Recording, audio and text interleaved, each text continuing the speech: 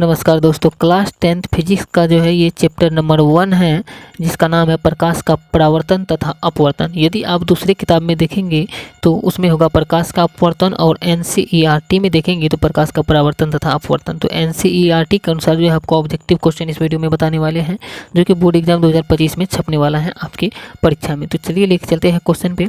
आप लोग जो है इसके सभी पार्ट को जरूर देख लीजिएगा। ये पार्ट नंबर 2 है, प्रकाश के अपवर्तन के अनुसार देखेगा तो, और प्रकाश का परावर्तन तथा अपवर्तन के अनुसार जो है ये पार्ट नंबर 5 है, यानी जो है पार्ट नंबर 4 तक जो है अपलोड है चैनल पे, उसको जाके जरूर देख लीजिएगा। चलिए लिख चलते हैं क्वेश्चन पे, बने रहे लास्ट तक। तो क्वेश्चन यहाँ से देख सकते हैं, क्वेश्चन करा है मोटर गाड़ी के चालक के सामने कौन यानी जो है लगा रहता है। तो मोटर गाड़ी के चालक के सामने जो लगा रहता है, ऑप्शन ए में है समतल दर्पण, बी में उत्तल दर्पण, और सी में है अवतल दर्पण, डी में है उत्तल लेंस। तो इन चारों में से इसका सही आंसर जो ये हो जाएगा ऑप्शन नंबर बी, उत्तल दर्पण लगा होता है मोटर गाड़ी के चालक के जो है सामने लगा रहता है। दूसरा क्वेश्चन जो है, क्वेश्चन देख सकते हैं, क्वेश्चन करें किसी समतल दर्पण की फोकस दूरी का मान होता है। ऑप्शन ए में 0, बी में 0 एवं अनंत के बीच, सी में अनंत, और डी में इनमें से कोई नहीं। तो इसका सही आंसर जो है ये हो जाएगा ऑप्शन नंबर सी, इसका सही आंसर हो जाएगा अनंत। ऑप्शन नंबर सी इसका सही आंसर हो जाएगा। अगला क्वेश्चन जो है, क्वेश्चन का है गोलीय दर्पण की ध्रुव से वक्रता केंद्र की दूरी को क्या कहते हैं। तो गोलीय दर्पण की ध्रुव से वक्रता केंद्र की दूरी को जो है ऑप्शन ए में फोकस दूरी कहते हैं, बी में वक्रता त्रिज्या कहते हैं, और सी में वक्रता व्यास कहते हैं, और डी में इनमें से कोई नहीं। तो इसका सही आंसर जो हो जाएगा ऑप्शन नंबर 20 का सही आंसर हो जाएगा, और ये वक्रता त्रिज्या कहते हैं। जो है गोलीय दर्पण की ध्रुव से वक्रता केंद्र के बीच की दूरी को जो है वक्रता त्रिज्या कहते हैं। यहाँ पे ऑप्शन नंबर 20 का सही आंसर हो जाएगा। अगला क्वेश्चन जो है, क्वेश्चन का है एक अवतल लेंस की फोकस दूरी 20 सेंटीमीटर है, इसकी क्षमता क्या होगी। तो इसकी क्षमता ऑप्शन ए में -2 डायोप्टर, बी में +2 डायोप्टर, और सी में -5 डायोप्टर, और डी में +5 डायोप्टर। इसका सही आंसर जो हो जाएगा ऑप्शन नंबर सी, -5 डायोप्टर। अगला क्वेश्चन जो है, क्वेश्चन का है देख सकते हैं, ये वस्तु से छोटा और आभासी प्रतिबिंब इनमें किस दर्पण से प्राप्त होता है। ऑप्शन ए में समतल दर्पण से, बी में अवतल दर्पण से, सी में दोनों से दर्पणों से, और डी में उत्तल दर्पण से। तो इनमें से सही आंसर जो इसका सही आंसर हो जाएगा ऑप्शन नंबर डी, उत्तल दर्पण से जो है वस्तु से छोटा और आभासी प्रतिबिंब जो है प्राप्त होता है। अगला क्वेश्चन जो है, क्वेश्चन का है वस्तु से बड़ा आभासी प्रतिबिंब किस दर्पण से प्राप्त होता है। ऑप्शन ए में अवतल दर्पण से, बी में उत्तल दर्पण से, सी में समतल दर्पण से, और डी में इनमें किसी दर्पण से नहीं। तो इसका सही आंसर जो ये हो जाएगा ऑप्शन नंबर ए, अवतल दर्पण से जो है ये होता है। अगला क्वेश्चन जो है, क्वेश्चन करा है, हम देख सकते हैं किसी लेंस की फोकस दूरी एवं क्षमता P हो तो क्या कहलाएगा, उसका सूत्र इनमें से क्या कहलाएगा, कौन सा ये जो है उसके लिए सही रहेगा। ऑप्शन है इसका सी जो है सही आंसर हो जाएगा, P/F = 1 इसका सही आंसर हो जाएगा। अगला क्वेश्चन जो है, क्वेश्चन करा है एक अवतल लेंस की फोकस दूरी 50 सेंटीमीटर है, इसकी क्षमता क्या होगी। ऑप्शन ए में +2 डायोप्टर, बी में -2 डायोप्टर, सी में +5 डायोप्टर, और डी में -5 डायोप्टर। तो इसका सही आंसर जो हो जाएगा ऑप्शन नंबर बी, -2 डायोप्टर इसका सही आंसर हो जाएगा। अगला क्वेश्चन जो है, क्वेश्चन करा है अवतल दर्पण द्वारा किसी वस्तु का जो है कैसे बन सकता, प्रतिबिंब कैसा बन सकता है। ऑप्शन ए में केवल आभासी प्रतिबिंब, बी में केवल वास्तविक प्रतिबिंब, सी में दोनों प्रतिबिंब, और डी में कोई नहीं। तो इसका सही आंसर जो हो जाएगा ऑप्शन नंबर सी, यानी जो है आभासी प्रतिबिंब और वास्तविक प्रतिबिंब दोनों इसका सही आंसर हो जाएगा, ए और बी दोनों। अगला क्वेश्चन जो है, क्वेश्चन का नाम अवतल दर्पण की वक्रता त्रिज्या उसकी फोकस दूरी की क्या होती है। ऑप्शन ए में आधी होती है, बी में 2 होती है, सी में 1/4 होती है, डी में 1/3 होती है। तो इसका सही आंसर ये हो जाएगा ऑप्शन नंबर बी, यानी 2 होती है। अवतल दर्पण की वक्रता त्रिज्या जो होता है उसका फोकस दूरी की 2 होती है। अगला क्वेश्चन जो है, क्वेश्चन का है निम्न में से कौन किसी वस्तु का वास्तविक प्रतिबिंब बना सकता है। ऑप्शन ए में अवतल लेंस, बी में कांच की समांतर सिल्ली या पट्टिका, सी में उत्तल लेंस, और डी में कांच की प्लेट। तो इसका सही आंसर जो है जाएगा ऑप्शन नंबर सी, ये उत्तल लेंस बना सकता है। अगला क्वेश्चन जो है, क्वेश्चन का है किसी वस्तु का आवर्धित प्रतिबिंब निम्न में किस दर्पण से बनता है। ऑप्शन ए में समतल दर्पण से, बी में अवतल दर्पण से, सी में उत्तल दर्पण से, और डी में इन तीनों दर्पणों से। तो इसका सही आंसर ये हो जाएगा ऑप्शन नंबर बी, यानी अवतल दर्पण से सिर्फ बन सकता है। अगला क्वेश्चन जो है, क्वेश्चन का हीरे का अपवर्तनांक 2.4 है, हीरे में प्रकाश की चाल क्या होगी।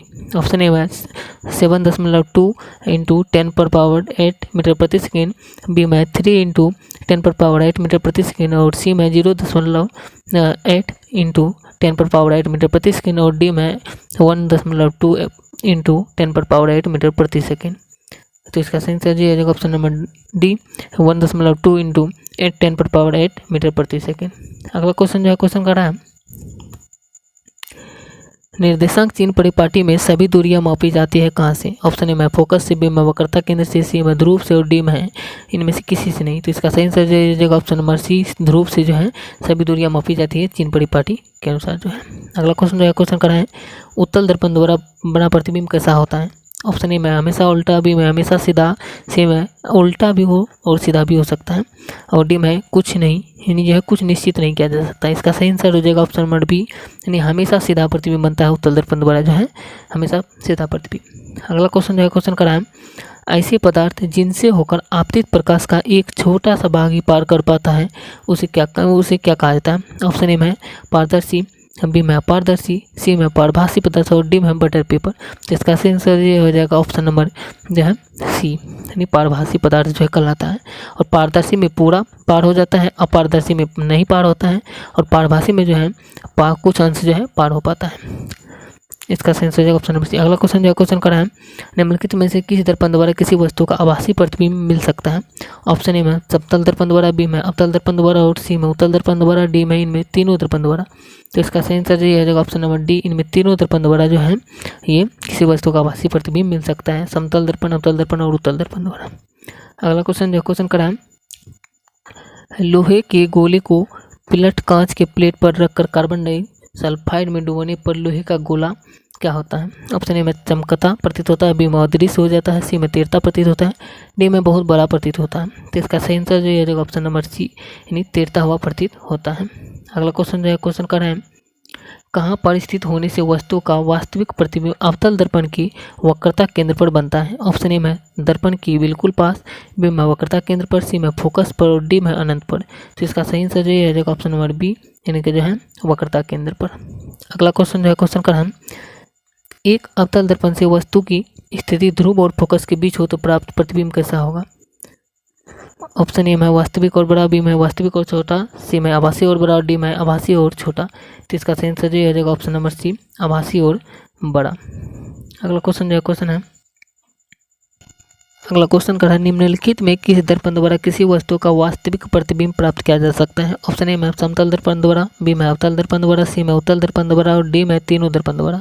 तो इसका सही आंसर जो है ऑप्शन नंबर बी, यानी कि जो है अवतल दर्पण द्वारा जो है ये वास्तविक प्रतिबिंब प्राप्त किया जा सकता है। अगला क्वेश्चन जो है क्वेश्चन का है यदि किसी दर्पण द्वारा बने प्रतिबिंब का आकार हमेशा वस्तु के आकार के बराबर हो तो दर्पण कैसा होगा? तो ऑप्शन ए में उत्तल दर्पण, बी में अवतल दर्पण, सी में समतल दर्पण और डी में है समतल या उत्तल दोनों। तो इसका सही आंसर जो है ऑप्शन नंबर सी, यानी समतल दर्पण होगा। अगला क्वेश्चन जो है क्वेश्चन का है एक गोलीय दर्पण द्वारा बने प्रतिबिंब का आवर्धन m ऋणात्मक है, इसका अर्थ यह है कि प्रतिबिंब जो है ऑप्शन ए में उल्टा है, बी में सीधा है और सी में वस्तु से छोटा है, डी में वस्तु से बड़ा है। तो इसका अर्थ जो होता है ये होता है यानी वस्तु उल्टा है, यानी प्रतिबिंब जो है ये उल्टा है। ऑप्शन नंबर ए इसका सही आंसर है। अगला क्वेश्चन जो है क्वेश्चन का है किसी बिंदु वस्तु से निकलकर किरणें किसी लेंस से अपवर्तित होकर के जिस बिंदु पर मिलती है उसे क्या कहते हैं? ऑप्शन ए में लेंस का फोकस, बी में लेंस की वक्रता त्रिज्या, सी में प्रतिबिंब वस्तु और डी में लेंस का प्रकाश केंद्र। इसका सही आंसर जो है ऑप्शन नंबर सी, प्रतिबिंब बिंदु कहा जाता है। ऑप्शन नंबर सी इसका सही आंसर है। अगला क्वेश्चन जो है क्वेश्चन का है अवतल दर्पण में आभासी और बड़ा प्रतिबिंब बनाने के लिए वस्तु को कहाँ रखना चाहिए?